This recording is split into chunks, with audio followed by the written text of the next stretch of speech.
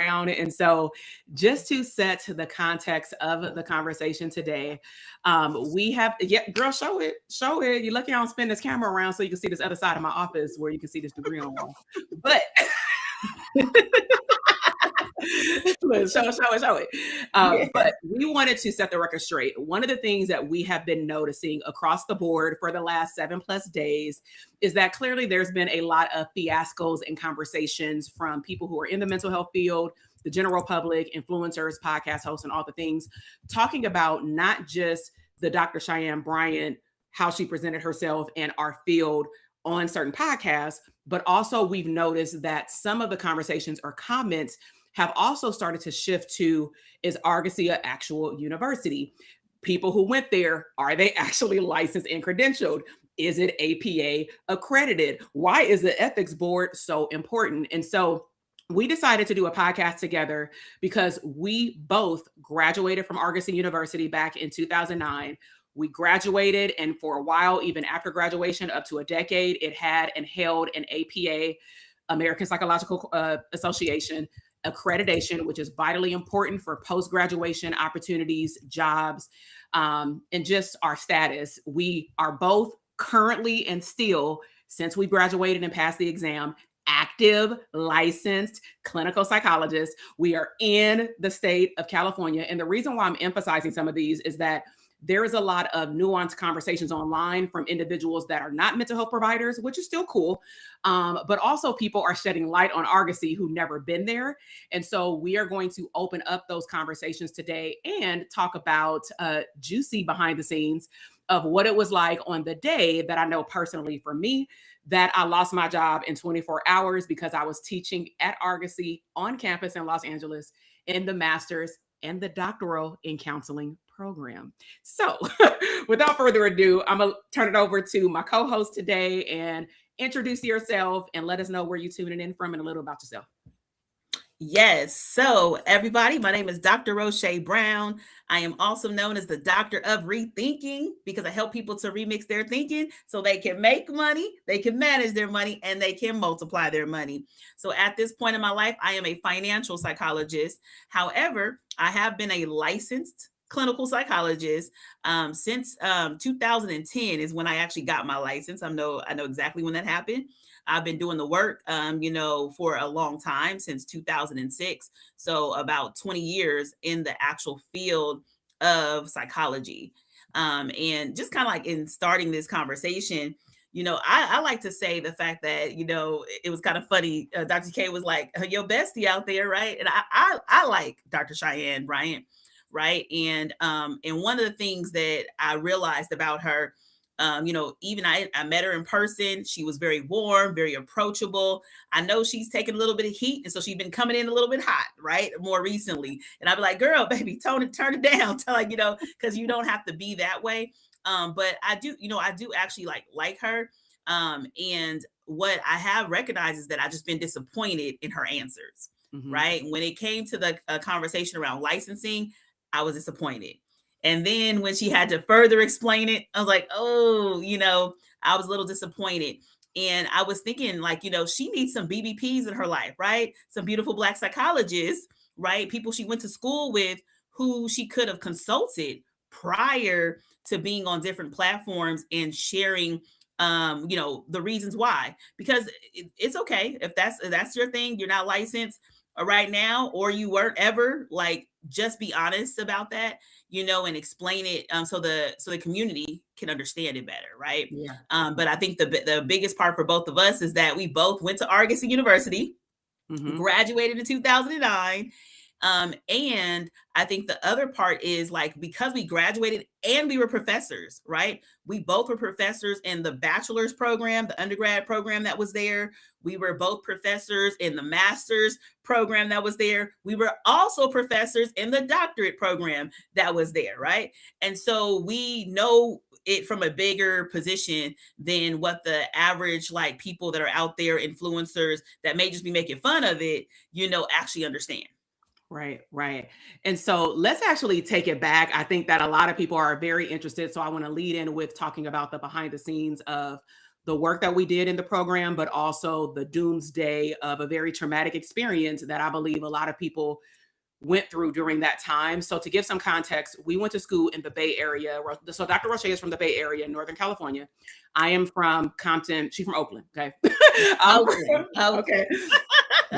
And I'm from Compton, California. And so I went up there, met her in grad school. I'll link up our past podcast episodes that go over our history. But ultimately, we did what we would consider the unthinkable, just because of how much work goes into not just going to grad school, but finishing the process, having a life outside of grad school, having jobs outside of grad school, having partnership, marriages outside of grad school, and still being able to finish everything within 4 years. Because again, out of all these people in our program, I think out of 12, only half of those people represented our cohort, because people were dropping out. People could not finish. Getting a doctorate degree is not a game. People just see us as talk therapists, and they don't understand that there's research behind it. There are a lot of classes. And I know that there was another podcast episode on the Breakfast Club yesterday in regards to how many hours we have to complete. And honestly, there are thousands of hours that are not counted that people don't talk about. But the 3,000 to get licensed in the state of California is what we talk about in public. And so Dr. Roche, we both start teaching up north at Argosy. I was teaching my second year of my doctoral program, invited in by the dean, because I was working behind the scenes in the office. So that's how we saw a lot of stuff that a lot of the public does not see. Me and Dr. Roche, also in our senior year, last year of grad school, before we went off to internship, we were both on student government, body. So were you the treasurer or secretary? I was the treasurer. Okay. So I was the president, and then we had two other young ladies on the board. So again, we knew the intricate details of the program at that time. And so moving forward, I moved back down to LA. Dr. Roche started teaching as well. And I remember it. I was like, girl, can you cover one of my classes? And she was like, bet. That's why you need friends, right? That's why you one of my classes. Community.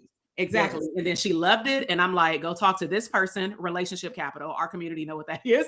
And then boom, she was teaching a whole next semester. And then somehow with all her beautiful experience, she became the director of training. So can you talk a little bit about working in Argosy, and then we'll lead into what happened a couple of years later? Yes. So, I started working in Argosy, like Dr. TK said, because she wanted me to just take over a class. Right. And so that was what happened early on. And Dr. TK has been teaching, in multiple schools for a while. And at that time I came in, I started teaching a class that resulted in me end up becoming full-time. There, I was a professor that was actually there every day, so full-time professor. One of my roles was becoming the director of training. I was also over dissertations, right? So I taught statistics, which is something that most people dislike and hate, but I'm a fun statistics teacher. But I taught statistics, and so that made me be over the dissertation as well, for people who were getting their doctorate in education, as well as education psychology, as well as those who are getting their doctorate in like clinical psychology. So I know both ends. I've been a chair and a reader on those dissertations. I've been in multiple defenses, people defending their dissertation. I've been in that process as well. And then on top of that, I was the director of training for, actually the master's level people, those that were becoming marriage and family therapists.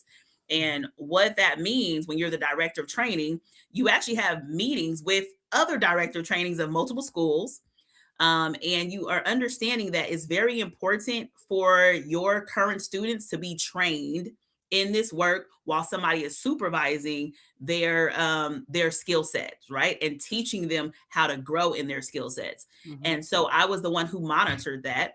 I monitored their hours. I monitored, conversations with their supervisors to see where they were, should they continue to move forward, what things could be put in place in order for them to, get better in the profession, right? Because our goal is never to put people in the community, into the public, and not have like adequate training in that time. Right. And I'm glad that you brought that up, because just kind of like putting this out there, because I know on my YouTube channel, we have a lot of students that watch the video from like my How to Become a Psychologist.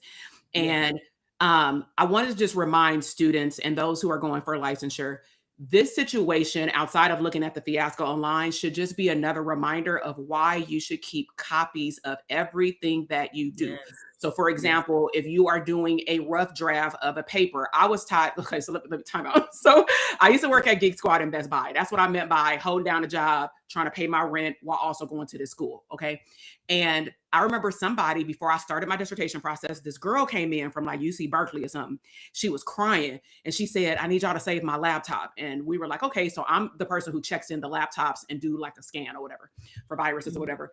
And I said, what is on here that, you know, you may lose it? You know what I'm saying? We can't guarantee. And she said, my thesis statement. I think she was doing her master's. And I'm like, oh, I know what that is. I did my master's already. So I said, you don't have it backed up? They had Google Drive back then. So I'm like, you don't have it backed up? You didn't email it to yourself? And she was like, no, but I should have. I only got it on this drive and this ain't working either. At that moment, do you know, I ran home after my shift. I think I told you and other people, I'm like, hey, y'all, I think I announced it in class. I'm like, listen, this is what happened at work. You know what I'm saying? When y'all are working on these 10-page papers for class, 25-page papers and dissertation, I'm encouraging you from what I saw. I want you, and this is what I did every week, no lie, this may seem petty and anal, but I emailed myself the version of my dissertation that I was sending my chair and my reader every time I had to do a revision. I also uploaded that same version to Google Drive because I said, oh, this will not be me. I will be able to access copies of rough drafts, not just the final. Okay. So I'm very happy that you painted the picture of director of training and what that looks like. And also these are positions that helps therapists get positioned in places that are credible and helps you get your hours and honestly helps you get a breadth of experience. Okay. So let me ask you a question before I go into what happened that day. Were you teaching in 2019 up north? Yes, I was. Okay. How did it come out for you? So, and so what we're talking about, you know, in Argosy, there was a moment that Argosy actually did, you know, close down. So that is a, you know, true statement. And at the time, I think I've been teaching at Argosy for a long time. I can't even remember the exact, you know, years. But I was working there. 2010, 2011. Huh? It was because it was right. It was a year after I left, 2010 to 2011. So like, I got licensed. Let's talk about license, right? We've been licensed for a while, but I got licensed in 2010 and I was teaching like pretty much right after that. And so I know I was teaching around 2011 more in the undergrad department. And then I probably did about 3 or 4 years doing the master's and the doctorate program. And I was even interim chair of the department as well, like at one particular point. And I would say like, you know, at that point, what we could feel, you know, like as like people who were working there is that we could tell that there was a budget experience that was happening at that time. Right. And so like financially, there were just not enough students that were applying at that particular time. And it had been a couple of years of like low enrollment. So that's what happened. Right. And so when we think about a school being accredited and being able to stay afloat, they have to have enough students enrolling into that program at that particular time. And so that wasn't happening. And so we were having conversations around that happening, like, right, like the low enrollment is happening. What can we do to increase enrollment? We were doing outreach. We were going to different community colleges. I was part of that, right? I was going to different colleges, making sure that, you know, people could come to school, you know, speaking a lot about becoming a psychologist and what that was all about. So I was part of that outreach area. However, I also recognize there was a moment, my first time experiencing people getting laid off was in that time frame as well, right? So I remember going in and wow, like a lot of the top head people of the school were laid off. Wow. At that point. And so I remember like feeling like, hey, things are a little bit shaky here at this particular point. You know, and so I've always been a person who's had billions of jobs. I don't believe in having one stream of income, still don't believe in it. So make sure you have multiple streams of income. So it didn't bother me that much because I knew that like I had other streams of income happening at that time. And so when I started to see that, I was like, let me start making different decisions. But what I will say from a student perspective, who was just so happy to be in the school, is that they started to share with students the importance, right? This was years leading up to the actual closing. It wasn't like the day before everything went bad. This was years, like, you know, telling students, you know, to think about transferring, where they would transfer.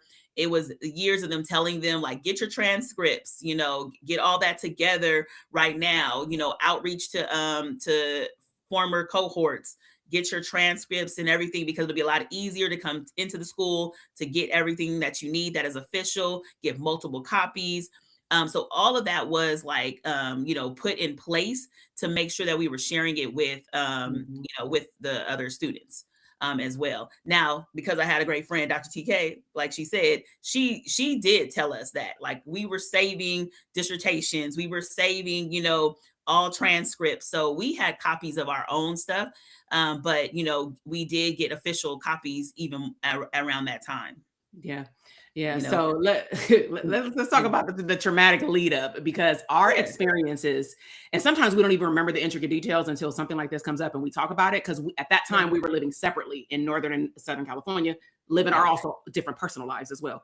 So when I was so I transferred from Northern California to Southern California within probably a year after I had got licensed. And immediately I was not teaching at the bachelor's program down there, which I had done up north, and in the master's, I was doing master's and doctoral only. So from classes like Introduction to Forensic Psychology, because I had worked in the juvenile and correctional facilities and in Twin Towers, if you're familiar with LA. Psychological testing, because that's one of my loves from grad school. And then what they did is they started, which I thought was nice, is that they introduced the dissertation class versus embedding it into statistics. They started embedding the dissertation class in year one of students, probably because a lot of people, not just at Argosy, a lot of people do not finish because they are ABD. If you ever hear somebody say, oh yeah, but I'm ABD, because some people ain't gonna tell you, it's all but dissertation. That means that they completed all of their coursework and the school will not let you graduate. I don't care if you did do all those 2,000, 3,000 hours to get your pre-doc hours before graduation. You're not graduating until you finish that dissertation.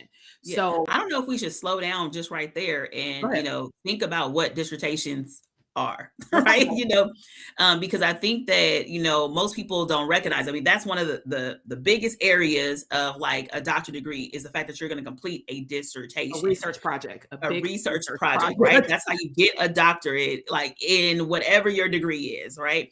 And so whether PhD or a PsyD, you're going to complete a dissertation. And so, you know, when we think about that, dissertations take time, right? And it's the reason why a lot of people can become ABD, is because you do have to be a person who becomes a little bit more internal or intrinsic.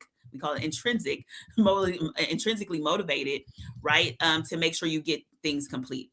Right. And so what a dissertation is, I mean, mine was over 100 and something pages. I'm sure Dr. TK was around that as well. It has like 5 different like chapters that are like going into it. And so when we are thinking about the dissertation, you come up with a particular topic, you research what has happened in the fields thus far in whatever that topic is, right? After you do the research in that particular topic, then you say, what would I like to add, right? Because we have to add to the field. And so you say, like, I plan to add this area into the field, okay? Once I choose to add that, I can choose how would I like to add it, right? Do I want to do extensive research in, you know, looking at multiple, you know, documentation around it? Or would I prefer to do a quantitative, which is like numerical number-oriented research? Or would I like to do qualitative, which means more like story-oriented interview processing of people? Or would I like to do a mix?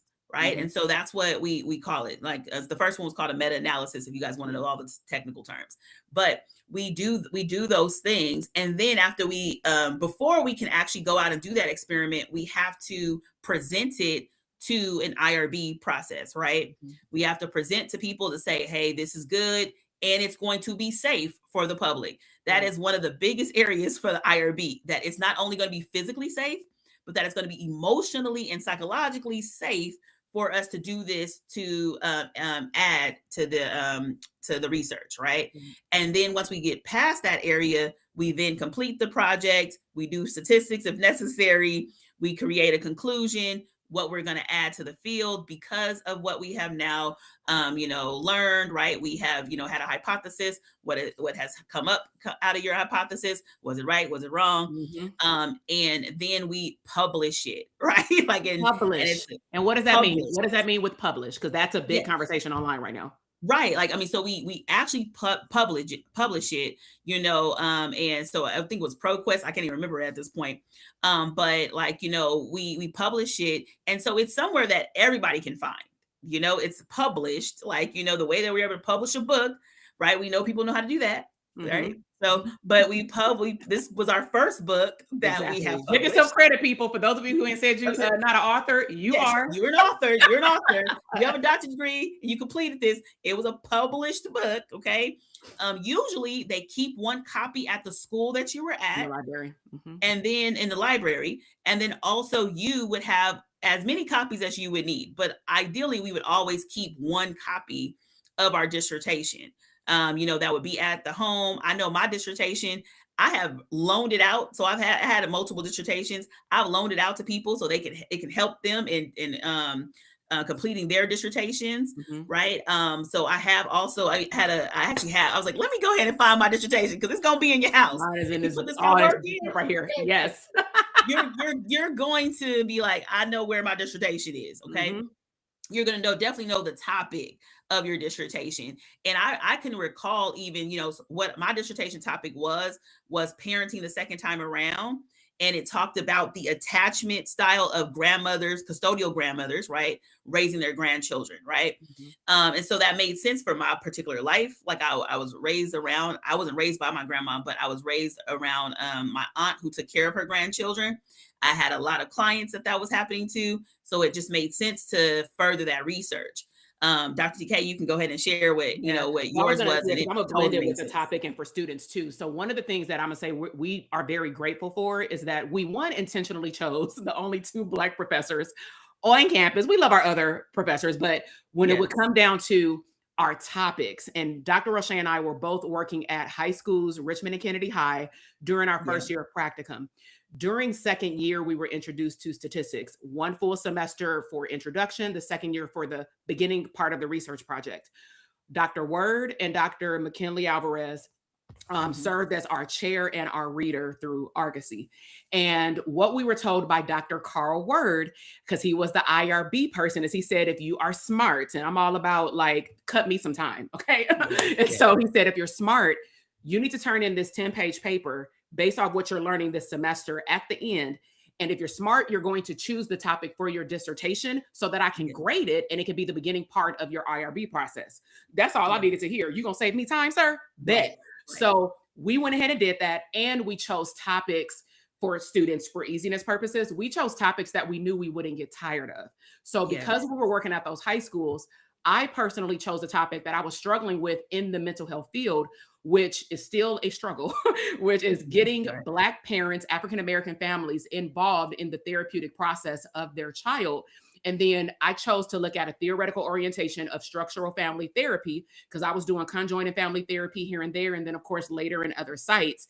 And what I found is, because I chose to not just look at interviews and numbers from the past, because you can look at other people's research and do that type of dissertation. Mm-hmm. I chose to go out and interview actual people who are over training programs of clinicians, because I'm like, I needed 2 parts, And so I wanted to see the effectiveness of what do y'all see is the problem as to why parents don't get involved. And it opened up a beautiful conversation that ended up leading into me doing this as my first speaking engagement for various internship and practicum sites, because I found that there was a gap of not just the students, but also the agencies. And that's why me and Dr. Roche are really, really good at, and we know our gift, but we like to make sure that we protect the public and also specifically future clinicians. That's why we actually are doing this. Excuse me. So I did it on that topic, and then it turned into something else. But we did it from a place of passion. And because we were working with our population, Dr. Roche has worked in foster care, we've worked at different agencies. It's just like our dissertation just started to follow us. But one of the things that our chair and our reader told us, specifically Dr. Word, he spoke regular to us. And he was like, you bet not choose no topic that's going to sit on your bookshelf and collect dust. And we were like, what does that mean? Because we wanted him to tell us, and him and Dr. Alvarez had said, you need to make sure that you're making a contribution to the field, that you're paying it forward, and also that you're going to do something with it after, ladies, because they took heed in the only little 4 Black students that were at the school. Okay. To give y'all some insight. Okay. Right. So does that make sense, Dr. Roche, in terms of the breakdown of dissertation? Yeah. Okay. So going back to me teaching that class, looking back hindsight, I definitely could see that there were issues. Now that you've told me your story, I can put 2 and 2 together, like a case conceptualization, like, oh shoot. And so my stuff happened in like 12 months. So I was teaching there, everything was fine. I was also doing cultural diversity. So I kind of took the lead on campus with cultural competency with therapists. And so I was very close to the dean, which is what led into her telling me something that I don't think she was supposed to tell me. So in class, one of the students, my class was very small, and I didn't think anything of it because it was a brand new class, like for dissertation. So the class was good for about 2 weeks. Then I noticed that one girl came in there, a student, and she said, out of the blue, while I'm getting prepared, and she was like, do y'all know where our financial aid is? And I'm like, what? And so I tried not to get into their conversations, because if they're talking about other professors or other things, I just don't want to hear the shit, to be honest. But thinking back, there were structural changes that you had mentioned, because all of a sudden they said, hey, I need you to come in early. I need you to fill out additional paperwork because we're being transferred over to another company. And I'm like, and it was dream, some. That's where all this stuff started happening. And they said, we need to do some paperwork so our payroll rolls over. There will be a delay. There will be a change in your time, pay period, whatever. I'm like, as long as I'm gonna get paid, I don't care. And so did all that. Fast forward, then it started becoming where every single student started coming in, building off of that conversation of, where's my financial aid? Am I gonna get kicked out? Then one girl on like the 4th week of class said, I'm transferring out starting next week. And I'm like, what the heck? So I went to the dean, and you can tell she wanted to tell me something because of our relationship, but she couldn't. And so I'm like, when you able to tell me, please tell me. Now, behind the scenes, like Dr. Roche had mentioned, we love W-9 contractor work. I'm really big on teaching. So I was a clinical supervisor, not getting paid a lot, but that is my passion project, clinical supervision. So every year I was doing 1 to 2 group supervision, 2-hour blocks with clinicians who were going out to elementary, middle school, and high schools in Southern California. And it just so happened that one of the students in my group supervision was also in my class at Argosy. Okay. So after all these mishaps, I'm sitting on my couch. My son is 1 year old, and I had just got back on my feet from shutting down my group practice, continuing with my private practice, and then teaching and then supervision. So I got an email on like a Wednesday or something, and it was just like effective immediately. And I'm like, I know I didn't do nothing wrong. So I opened it with no problem. And it said effective immediately. It was 2 lines, y'all.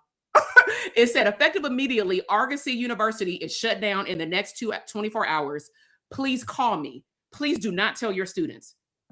And if you know anything about me, I'm like, oh, so y'all messing with the students now? And so I call her, and she said, I hate to regret it to you. And so I said, oh, so all the things that the students were talking about were accurate. What does this got to do? And she said, I can't say it. Just don't tell your students. I said, well, what are you going to do? Because I'm not teaching today. And I have students that are in my class that are about to go graduate and get their hours. And then I also have students that are coming to my office in 2 days. And I need to know if this, if she's emotional, what the hell's going on? So she said, we're going to print out the transcripts, and then we're going to take them into the classroom and tell the students. And I'm just thinking, if this ain't traumatic, I don't know what is. So it ain't no rule. I violate whatever she tell me, because I'm being real. Like, I need to protect the students. So I call up, I text one of my students, because I have her number because I'm her supervisor at the other site. And I said, call me ASAP if you're not in class. So she calls me because she know I don't text her. So she said, you can tell her voice is shaking. And she was like, is there something wrong? And I said, am I on speaker? And she said, no, I'm in my car. She said, but such and such is in the car with me. I said, I don't care. He my student too. I just don't supervise him. It's cool. Put me on speakerphone. And so I basically told them in so many words, I'm going to tell you this. When you walk into the classroom, I don't want you to tell anyone else. I just need you to, whatever emotion you want to feel, that's perfectly normal. So I end up breaking it to her. They're about to tell you in the next 30 minutes that your school is shutting down, and that they're going to basically prepare them for by Friday. This is Wednesday. They're going to prepare them by Friday to have their transcripts. And apparently there's going to be a hiring school fair with National University right next door, plus other local universities, to come to Argosy while it's still got its doors open, and the students will be able to go there and get an emergency placement. And I just sat there, kind of like a therapy session, like, oh shit. And so she's crying. And I said, I sat with her. And then I sat with the other student. He got her out the car, and because she was about to go to internship. And so she went in, and she was like, well, what if we see any other people that were in your class? I said, who was in my class. So you can pull them to the side by your car. Do not tell them in the campus. Within 5 minutes, they came in, guns blazing, with the transcripts. But the good thing is she was able to handle it and hear it and not be emotional in the classroom, and also console other counterparts because she had already knew. So when she came to supervision that Thursday, I would allow her to bring it up. She said she's not having a good week. And then I told her, if you want us to hold space for you in this supervision hour, and what I love about this, gonna make me cry, like, what I love about those clinicians in that group, because nobody knew what was happening, is that they said our cases, I mean, we don't have no urgent cases to discuss, and we will rather be here for you and talk about like what's happening, because it also can prepare them of how to back up information, how to ask better questions. And so that, in a nutshell, is how we found out in 24 hours. And the icing on the cake was, whoever was teaching, I know at that time, for me, I didn't get paid until a year and a half later of that last paycheck. It literally shut down. I could not email the dean, but she sent me her personal phone number. After so much, I knew she couldn't do anything for me. So I just kept teaching at the community college and teaching at another university. But that, in essence, is how we found out that the school shut down. But we also know that we can find our transcripts. Yeah. Now, and so, yeah, I will say that it was a traumatic time, right? Anytime like something like that happens. But what's most important to me is to understand that when we were going to the school, right, and possibly when she was, when we were going to the school was accredited, right? And when we think about the accreditation process, right, it's a huge process. I believe we might have even been in school when accreditation was going on, when they were attempting to renewing, because I was in the office calling students, and that's a big deal. When somebody calls you, for everybody who is graduate from somewhere, when your school calls you, the alumni department, or they send you an email and say, can you fill out this form for accreditation? Do it, because they need your proof to see what you are doing to stay accredited. Right, exactly. I mean, because when you think about the accreditation process, like what they're doing, they're looking at the curriculum, right? They're looking like what actually is being taught.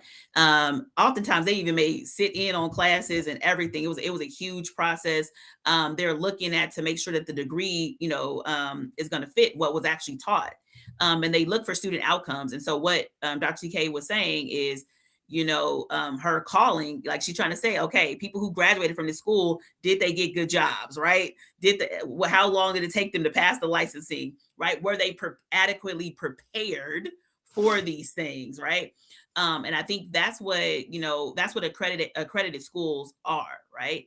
And ultimately, when we were going, we were accredited. Right. We were accredited, when we both graduated in 2009, it continued to be accredited actually up to 2019, even through the closing. So it is a legit, real school. We had great professors, right? Yeah. Great professors that were in the field. Those who had private practices had top jobs, directors of certain type of programs. So they were great professors. When we became professors ourselves, we were very highly trained, at the time that we were professors, right? I had worked with veterans in my private practice. So did Dr. TK. I had worked in prisons at that point, worked with severely mentally ill populations. I worked with, foster kids. I worked with, affluent, communities. I worked in multiple areas that all that training that I had will then be passed on in how I teach my, teach my students. And so my students were adequately prepared if they were taught by me. So Argosy was and I would consider is a legit school, right? Mm-hmm. And so if you see that as part of somebody's degree, then I want people to really understand that that is a legit thing. Now, how do you know things are legit is more of the question, right? We understand that you have transcripts. You would have a dissertation that's easily grabbed, right? Right. A degree, like one of the funny things that I did see was everybody, mama and grandma gonna have a degree. I felt that. Okay. I felt it. I to gave the my mom a soul. fake one on her birthday. Yes. I said, your daughter is now Yes. a psychologist. And I framed it at Michael's and made my mom, Yeah. before I got the physical copy, a doctorate. Right. Yeah. And then even part of like, if you're in a private practice, it's just most likely that you're going to put that on the wall, right? Mhm. Like you're going to put your degree on the wall, right? Then you're also going to put licensing, right? So we've kind of talked about so far, Argosy's legit, right? It did shut down, right? Traumatic experience. However, it was legit. And those who have degrees from there, it's legit. What the dissertation process is. And so a school shutting down does not take away your dissertation. Yeah. Having been completed, right? Gone through IRP and defended, right? It does not take that away. That is still in existence, and you should still have a copy of that. Very easy for you to go and find, usually. And then the next step is licensing, right? Which happens after school. Happens. So tell us about your licensing process, Dr. TK. Why do people get licensed? What is that about? Yeah. So you in the state of California, because I know it changes per state. Yeah. One, there are 2 licensing boards. So let me actually address, because in these interviews, what was brought up is a master's and a doctorate degree. Yes. So what the public does not understand is that there are variations of a master's for counseling and all these other verbiage words. And even for psychologists, we have clinical psychologists, developmental psychologists, and a lot. And so for a master's degree, let's start there. You typically go to either a professional school, which Argosy was, and or you go to a regular institution like a Cal State in California, a university, a UC, or a historical Black college. And so once you get that master's degree, what I will tell students is that you want to make sure that it leads to licensure. So I went to Cal State Dominguez, in Southern California. And what they told me from jump when I chose to do a master's in clinical psych was that it would not lead to a license. I would have to opt into doing additional classes for another year and do the MFT licensure. So kind of to address the rumors online, you can, as a public citizen and as providers, we can go on our state licensing board. For California, it is Board of Behavioral Sciences, which somebody did ask her about, and the name was butchered, but it was BBS, Board of Behavioral Sciences. You should be able, because you can go on there. Now, I've had different last names, okay? So that's another thing. But you can go on there and type in either someone's internship or associate noun number or their licensing number and their name, and find information on that person, whether it is active, whether it is expired or lapsed. And you can also see if there's been some issues with that person's license with the board, such as suspension and all those things, right?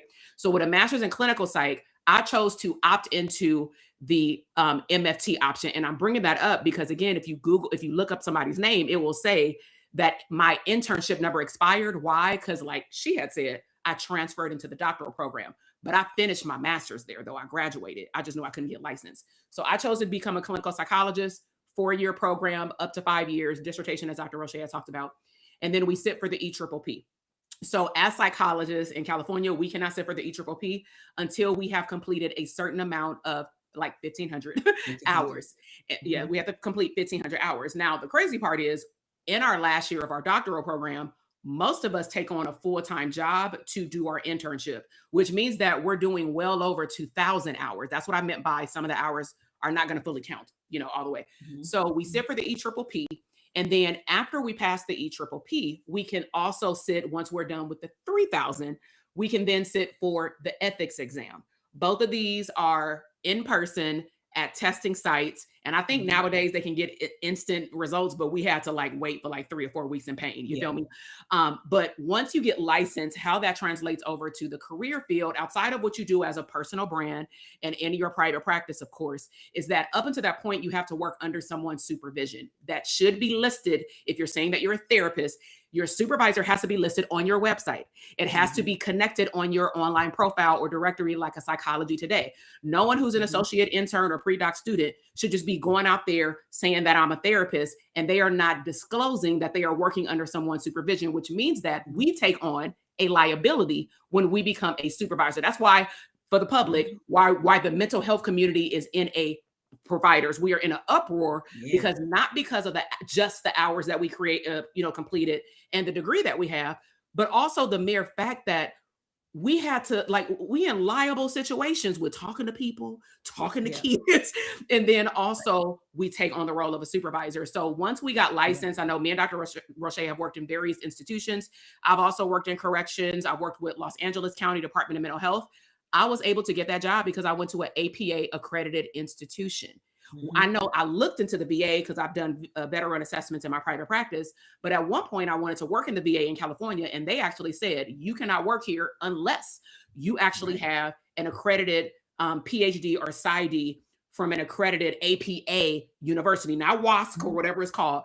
For students, I start teaching. I know we both do this when we taught, especially practicum or those who were going into the field. We would tell them, when you're looking at work, reverse engineer what you're looking for. So if you know you might want to work in these places, you think, then look at what the requirements are, and that should dictate what school you go to, you know? But that's in essence some of the positions outside of teaching that my APA accredited doctoral program allowed me to have. And think about y'all as a, you graduated with an accredited, degree, that it also positions you as your first version of your brand. Like, to me, that is the first version of you branding yourself as a provider, and it puts out your reputation. No, I agree. Just the other thing that was coming up is that I think about informed consent, right? And so, like, when you're starting to do work with a provider, they will most likely have you sign informed consent, like, and informed, right? They're informing you, right? So you can consent with knowledge of what's happening. And so when somebody is not licensed, that should be something that they're informing you of.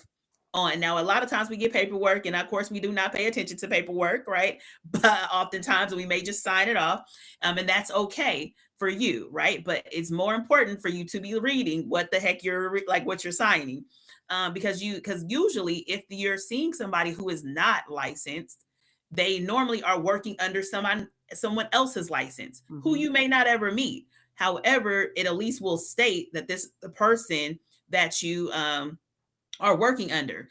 Why would that happen? Well, if you have a grievance of any sort, right, a complaint or any kind of compliance kind of issue happens, then you know who to go to, right? So you know, like, who do I tell? Like that this person, did something wrong.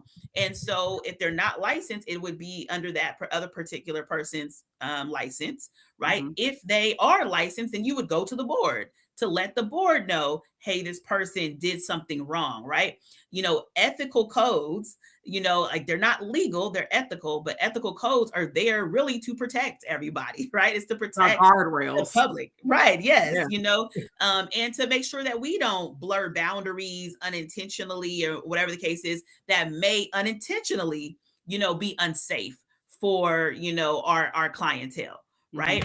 And now I would say, like, in, like, just the Black culture, African-American people, we may have different boundaries than maybe how we were, like, the strict, rigid boundaries that we were taught in. We recognize that there may be a little bit more, like, the sharing of ourselves with our clients than maybe we were taught, and so there may be some, dual relationships that we're open to, as long as they don't impact our objectivity, right? Then we'll be like, then it's like, okay, we may have, like, double relationships with somebody else. That's what dual means, like having two types of relationships with someone. But I do think it's important that it has to be informed, right? And so when you're not licensed, I think you need to tell people that you're not licensed. We were also taught, and I don't know if it's legal or not. So this part I don't know, but we were not even able to call ourselves psychologists if we weren't licensed. Like, you can't even use the term. Like, the term should not be used. I think it's state-based and based off of the licensing board, because somebody was mentioning that in a video. Yeah, because I'm like, you're not even supposed to say it, right? I remember, like, just to tell you how excited I was to become licensed, okay? It was a big deal to become licensed. We had to study for months on months. Okay. We had to purchase licensing prep exams in order to make sure that this was going to happen. Not only we had to work for free, or very, very, very, very low money, you know what I'm saying, in order to make sure that we had been adequately trained for the public, right? So we had to do, and 1,500 hours, just to give you context, is equivalent to a 40-hour job full time. If you're trying to get that done in 1 year, that's like a 40-hour job full time. That's what it is, right? So most people can't even do that because they have to work. They live. You know what I mean? And I can only imagine now if we were doing that because of inflation. We already lived in California, and now it's like triple what it was back then. Okay. Yes. Oh my goodness. You know what I mean? Like, I mean, just in my life currently, I was fortunate enough to be young going through, grad school, right? Like I was only in my 20s, still living with my mama. So I didn't even have as much expenses as the average person that was in school with me, right? Like, right. You actually, you live in, you know what I'm saying? You got a whole husband and stuff. You was different. Right. But I was fortunate enough to be so young. Right. Yeah. I was only like 20, 21, 22, 23, 24 while I was in grad school. So I was able to stay with my mom and not have to take out as many student loans in order, to go through school. Yeah. But it's a process. And so a lot of people find themselves, it may take 2 years to get your pre-doc hours, 1,500, right? Because you can only work half time because you need to work and get paid too. Right. Then you have to, take that first exam, the EPPP. Then after that, you have to then go to the next step, which is doing another 1,500 hours. Okay. And that may take you 1 or 2 years, depending on what your lifestyle is at that particular point. Then you can go ahead and get licensed. It's a big deal.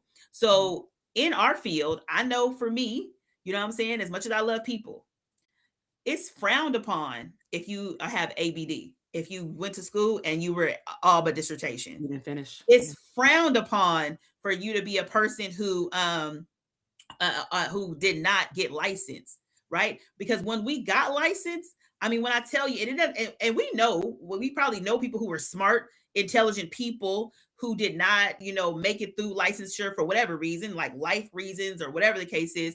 And we know that they could be potentially good therapists, right? They just have not gone to the additional step to make that happen. We have seen that. I mean, we know people like that. We know people who were in our class who took years, past what we took to get licensed, right? So it's not about people's intelligence, but it's about people doing the rigorous steps that are needed to prove to the community and the public that you can do this, right? Like this is what you were able to do. And that and because I went through this process, like I'm safe for you to go ahead and come see. And so I just want people to understand, like, licensing is big. Like, I remember I learned my number. I was like, PSY 23906. Like, I was like, I'm in the military. You gonna know my stuff, PSY 23906. Like, that is what I'm gonna do, is know my license number. And I'm gonna maintain that license. And when you're maintaining a license, I think that's also important. Talk about that in terms of what that means for us to stay relevant in the field, what is required to stay relevant and up to date with mental health. That's another area. In order, like every 2 years, right, around your birthday month, right, you're going to have to make sure that you're doing continuing education units. Why would somebody do continuing education units? Because of what Dr. TK just said, relevancy, right? You want to make sure that you're aware of what's going on right now, right? What was happening? I mean, we've been in this field for 20 years.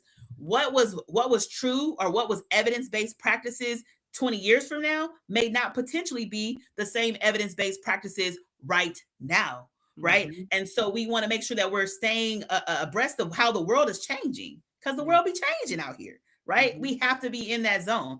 And so I think that that's very important for people to understand that when somebody's licensed, they're staying up to date as much as possible. Yeah. And I wanted to bring it back to ethics really briefly, not in a humorous way, but I mean, I'm talking to the general public because there's been a lot of conversations around not why ethics is important, but people have been asking questions around ethics that are not in our field. And so when we're first introduced to ethics, and now they've made it clearly in the last couple of years where you always have to get hours in your CEs for relevancy in particular areas like ethics, is a lot of our ethics did not have guardrails when mental health was first developed, if you know anything about the history of psychology. And unfortunately, not wishing this on nobody, the reason why a lot of these ethical codes were created was because bad things happened. Lawsuits happened. Someone was harmed in on multiple levels. I don't want to go into that right now. This ain't no ethics class, but because of that, this is why, again, we're such in an uproar, because you mentioned it in the opening statement, which is a feeling of disappointment, because it was not just an attack. And I posted this on my Instagram stories, like right before we went live. The reason why I personally stayed quiet for 7+ days was to protect my peace. I'm not involved in this situation, but we are. I am not, but we are. We are, meaning Black service providers that happen to be therapists. Some of us went to Argosy in comments fighting for our life. I chose to comment, but not state that I went to Argosy, mostly out of, I didn't want to be questioned by the public because they didn't understand what actually happened and is Argosy accredited. I honestly did not feel safe until Dr. Martin and someone else commented on the thread I was, reading or whatever. And they had said, no, actually, I know of some bomb, like great therapists and psychologists and mental health providers that went to Argosy. No, it is accredited. When they graduated, they're fine. And it wasn't until at that point I said, okay, some people do get it. And then someone commented and said, you know what? I never thought in so many words that what's happening is also dragging graduates through the mud who actually graduated. And I'm like, thank you. Because who wants to speak up when all these people are throwing around the name of the school, mispronouncing the school, and calling now the school bad? Because in essence, that's our alma mater. So I don't want to be attacked. I don't feel safe. Yeah. I mean, for me, because I'm just who I am. Like, clearly, it doesn't impact. We have way too much experience in this field. It's too many years, too many client outcomes in so many areas that it ain't gonna hurt us. Okay, but it does. It puts it's still, you don't want your school to be like, thrown in the mud. You know what I'm saying? Because it still was our school, and it was a great school, and we were there. The fact that both Dr. TK and I were both on student government, we were making it bomb as heck.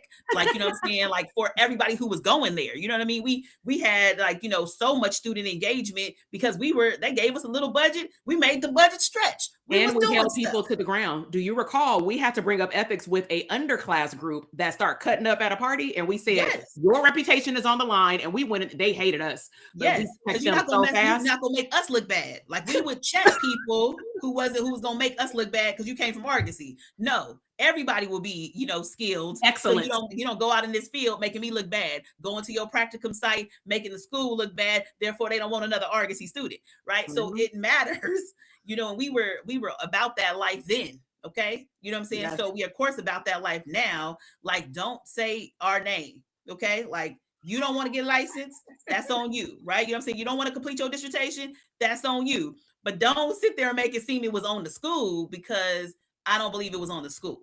Yeah. That's one of the biggest things that kind of impacted me. Yeah. And I want to clear something up in the comments. I want to clear something up. Like, we don't go to grad school today. So in 2026, maybe school does it differently. When we went to school, whether you are in PhD or whether you are in PsyD, both programs have to complete a dissertation. Now, some people may say dissertation project on the end, but a PsyD, we don't, in those programs, there is not a minimization of the fact that we have to go through all these steps that we talked about in the beginning related to choosing a topic, IRB, doing your literature review, then getting passed on to go work with the public if that's what you choose, or do you go review other data and then come up with a collective hypotheses and like what happened, in layman's terms. Okay. So I just wanted to put that out there because that comment came up in the comment box. Oh yeah. I mean, they're the same thing. I know people, will differ between PhD and PsyD. Oftentimes PhD is more research heavy, where PsyD is more applied practice.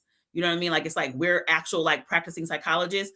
However, people, it's really interchanged depending on where they want to be, right? You know what I'm saying? I know PsyD people who are very heavily research based, and that's what they are. We both have PsyDs, and we both are professors. So we both, were professors in schools. So that's not necessarily true as well. And then I know PhDs who are practicing psychologists. Exactly. And that's all they do. They don't even do other research and all of that. So, so it is very interchangeable, I would say. Yeah. And I want to, if anyone has any questions, I love that you all are putting your questions in the box. If you have questions that you want us to address, please let us know. But I know in a nutshell, I believe that we covered what the whole goal was, because me and Dr. Roche did not even have it. We talk on Voxer like we talking on FaceTime, but we didn't even start having this conversation until like the last 24 to 36 hours. Right. Because like I said, she turned me on to Dr. Bryant when she was at my house. Like, hey, have you met this lady? Everybody assuming that people from LA or Compton or whatever, or just Southern California know each other. You know what I'm saying? And I was like, no, never heard of her. You know what I'm saying? It seemed like she could. And let me just say, because I mean, like when I tell you, I like her. You know what I'm saying? Like I totally like her. I liked her when she was presenting online, right? I like when people are speaking well, psychology or whatever the case is. I've heard people say that she speaks in circles. I think that she was saying things that people disliked, and whatever, people have opinions. Anytime you growing, people have strong opinions. That's just what it is. That's what popularity is all about, right? And I think that she, in my mind, could potentially have given an air of maybe being a little stuck up or standoffish.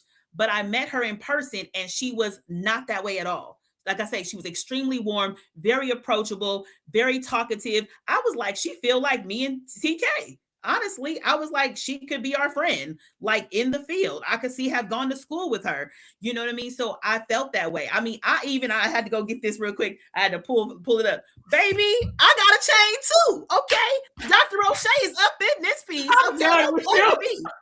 Don't play with me. Don't play with me. I'm Dr. Roche up here too. And so I believe in branding yourself, and I believe in being extra. Why be ordinary when you could throw some extra on it and be extraordinary? So I love what she does, her branding and everything. But let me tell you, disappointment in how she answered to me some basic questions that often are frowned upon in our field. Yeah. So that was the biggest thing that was like, no, I was like, everyone got worse. Honestly, and it just got worse, right? And worse. And so it was, I can tell, even like her emotional regulation for me bothered me, because I was like, why did you come in so hot? You know what I'm saying? Because as part of like, being, just being in our field is like, let me calm my emotions down, right? Mm-hmm. Let me not just get all heated based on what everybody is saying out here. Right. You know what I mean? Like it was her heat that I think threw it off even worse, right? Because it made people go hard for you because you were deciding to go hard to them. Yeah. And I was like, baby, if we were just friends, I could have told you, there was a better way to handle this. Well, let me just I'm gonna do branding and then also vulnerability. And so I think that personally, what I would have appreciated, I get why as a Black woman online, you got to protect yourself, but there comes a time where are you putting the book before the brand? Yes. Okay. And so what I would have liked, especially after the other two interviews that did not perform well, is because whoever her PR person is, we were just like, where's her psychology friends? You know what I'm saying? Could you have not reached out, to anybody? And so when I mean, you my best friend, psychology, but I'm like, I got tons of them though. You know what I'm saying? I could have talked to anybody. You could have Googled about this. I'm like, who are your people? Where are your people's at? Exactly. And so what I looked at in terms of when is there a point where we allow ourselves to show vulnerability? And considering all the interviews and all the people that she mentioned that she worked with and them showing vulnerability, especially Black men, you would think that this would be a point where I would say I would lead by example. And so that when that woman, when I saw the beginning clip, and I thought it was a good question, check on your strong friends. And she leaned over and she said, how are you? In that moment, that was a disappointment for me, because I was like, this is a time where I don't need you to be strong. I need you to show other Black women that there are things that happen around us and or to us, whether it's our wrongdoing or not. And it's okay to show that we have feelings too. It don't mean you got to cry, but again, the book before the brand, because it was always the circle back to the book and the brand, and not necessarily you as a woman and as a brand taking some heat.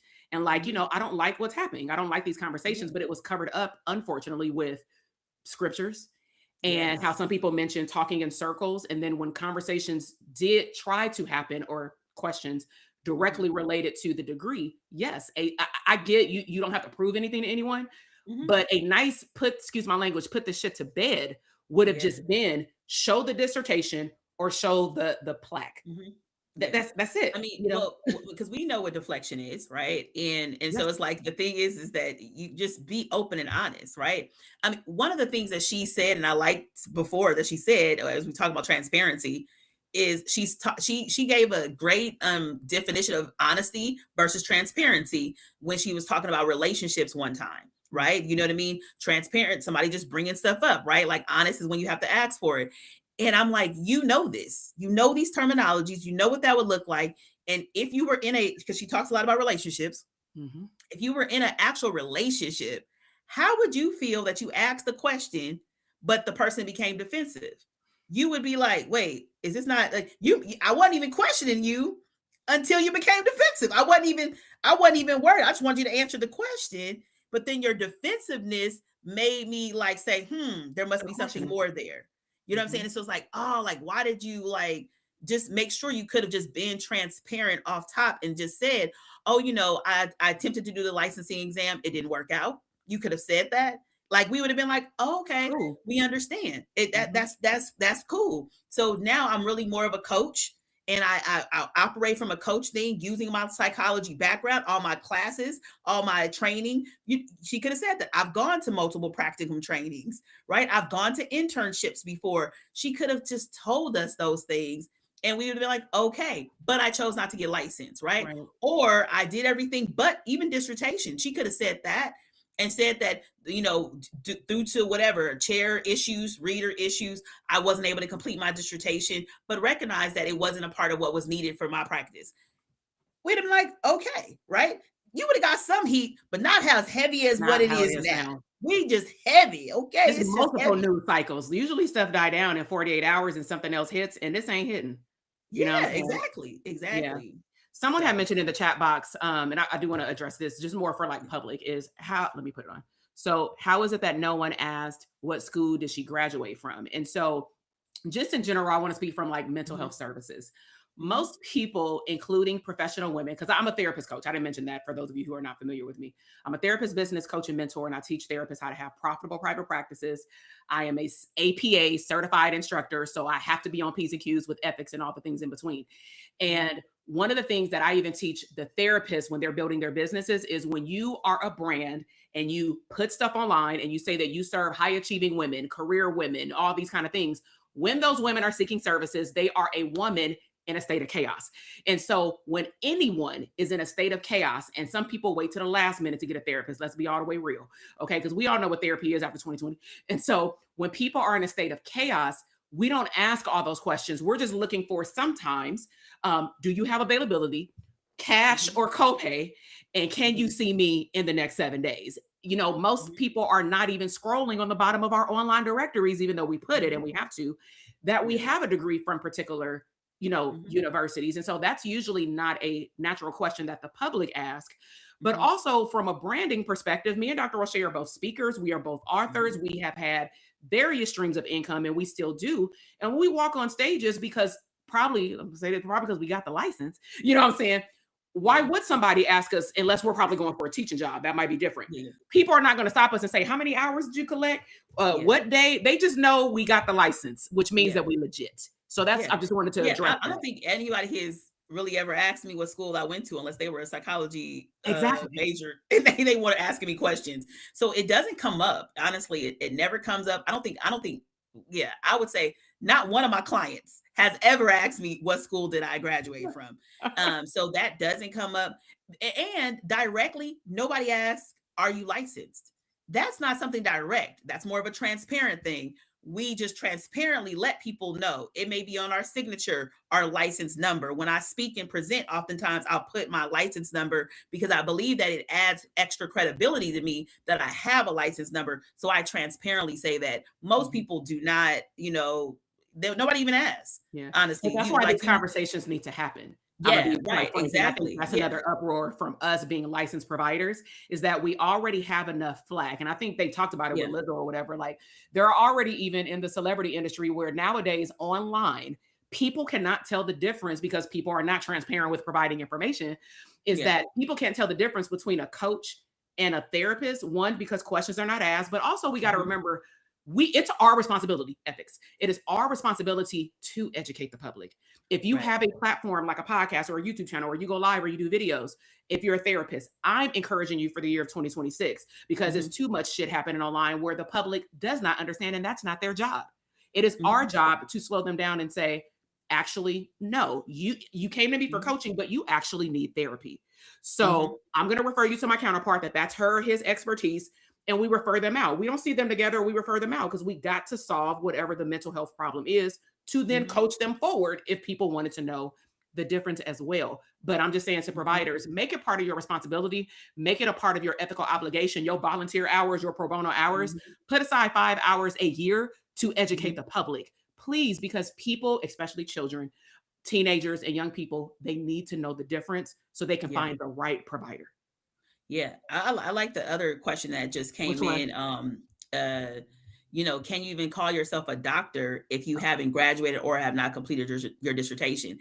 In my experience, I don't know what the legal aspect is, and I don't feel like checking it out. But based on our experience of dissertation, after we defended our dissertation, that was the first time that we were called doctors. Right? Like, so you literally, like, you go in, you defend it. They ask you tons of questions to make sure you understand what you actually put out there for publishing. And then you leave. They do like a caucus, right? They talk to one another and decide, did she defend that well? Or does she need to, do some other amendments of any sort? Revisions. They do all of that. And then you come back. And then if you pass, hello, Dr. Brown, right? Hello, you know what I mean? Like Dr. Jackson. Like that is the first time that you are called doctor is after the dissertation, meaning we had not crossed the stage yet. So we hadn't crossed the stage. We didn't have our degree in hand, but it was told to us that once that dissertation was completed, that's when we can start to say we are doctor. So I don't know what world you're able to still be considered doctor if you don't actually have the degree or you did not complete the dissertation. I don't think that that's right, based on what my experiences is. But hey, maybe I'm wrong. Yeah, mine either. This person defended dissertation equals then you can call yourself doctor. Yes, and same with me and my school program. So I don't think that much has changed. I mean, for us personally, we're just coming out here to talk about this particular topic expansively from a mental health license perspective.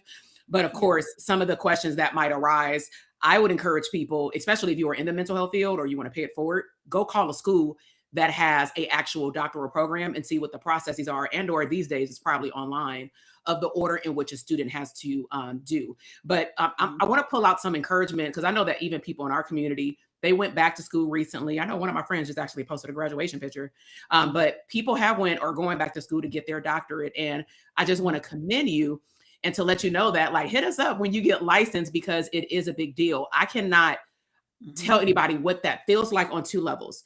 The feeling like Dr. Roche had expressed in terms of, I remember for me, they walked me around the whole campus and was like, this is the first person in your cohort to like do their dissertation. And I had to do like a little princess wave or something crazy. And I was like, this is weird because I'm not that person. But if it encourages undergrads in the doctoral program, I'll do it or whatever. But it also goes back to the fact that both of us have been dissertation chairs.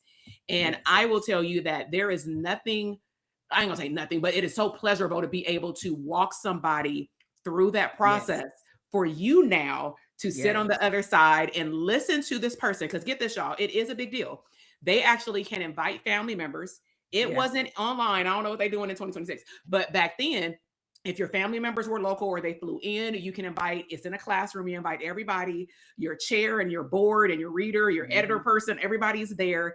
And you are told on the spot, kind of like a job in front of everybody that you passed or you didn't. And I remember one of my students, it was a tough process because we had to, we were more focused on, to be honest, the editing quality of the paper, not her ability to showcase her expertise in mental health. It was like, can you write it up at a scholarly level grammatically, to be honest, if we can speak to our Black people who went to school in Black neighborhoods, I'm just saying. So for us to be able to leave, have that conversation, like you said, give her revisions, but at the end of the day, say, if you can do these revisions by this day, you good, you gravy. And for her to jump up and down, knowing that it took her double, Eli post, I saw somebody post this, you have to be twice as good, right? And I was like, she had to do twice the length of time because of all the revisions, but she did not give up.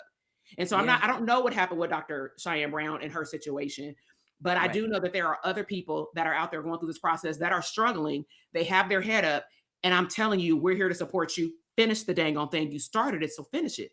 And let us celebrate you. Right. So, our advice to you, right? Like, if you were out there, you know what I mean? Like, there are people now, right? Because we're in this coaching world and stuff like that. I know people in Dr. TK's community that helps you with licensing, how to study for licensing, how to make sure you pass your licensing, right? I know for Dr. TK and I, early on, just because we completed our dissertation, we would teach people how to complete their dissertation, right? And I'm pretty sure there's somebody that's selling something about that too, like how to go about completing your dissertation.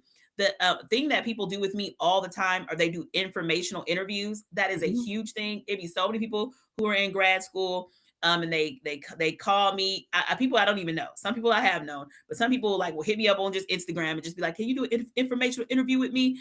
And you can literally ask a licensed psychologist, what was the process?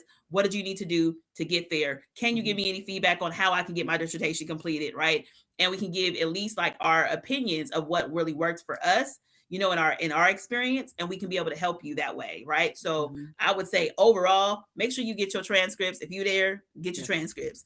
If you already graduated, go find your transcripts now, right? Particularly, it only really comes up, honestly, when you're trying to be a professor. That's the only time that I've ever seen it come up. It seemed like that's when it came up for her too, is that people would want to know your official transcripts and all that. Outside of that, people don't really ask for it. They ask for your degree. They ask for your degree and your license. Ask for your actual degree, right? So that comes up the most is here. Let me show your degree. I mean, I've had to take copies of my degree to be able to put it on stuff. Like, I don't even remember what it was, maybe the Medi-Cal. I don't know. I've done stuff that required them to have copies of my degree. Right. But that's when that happens. You know what I mean? So most likely, and if you find yourself in a faux pas, right? You know what I'm saying? You made a mistake, right? You know what I mean?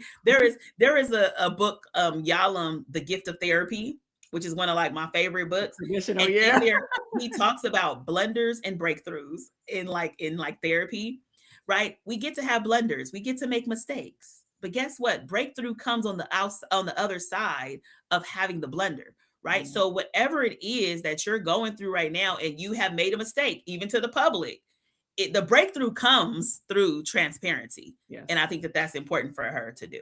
Yeah, listen, that's a mic drop right there. I think that's a good place to end. So I just want to, before we end, I do just want to, I'm a protect mental health providers though, just a little bit. Okay. So with interviews, because I already know how this is about to go down because it happens every single time. So Dr. Roche just said, to everybody who want to know or do the informal interview, kind of thing, I'm going to just give you a tip. Because these days, especially clinicians of color, we are up to here with caseload, work, and life, and being Black women who these days, there is a lot of Black women business owners.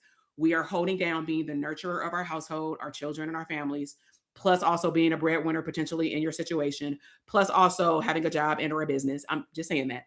I want students or future clinicians to be very creative with how you reach out to providers. So someone did this with me 5 years ago, and then I started paying it forward to other future clinicians. The person said, if you don't have time, I understand.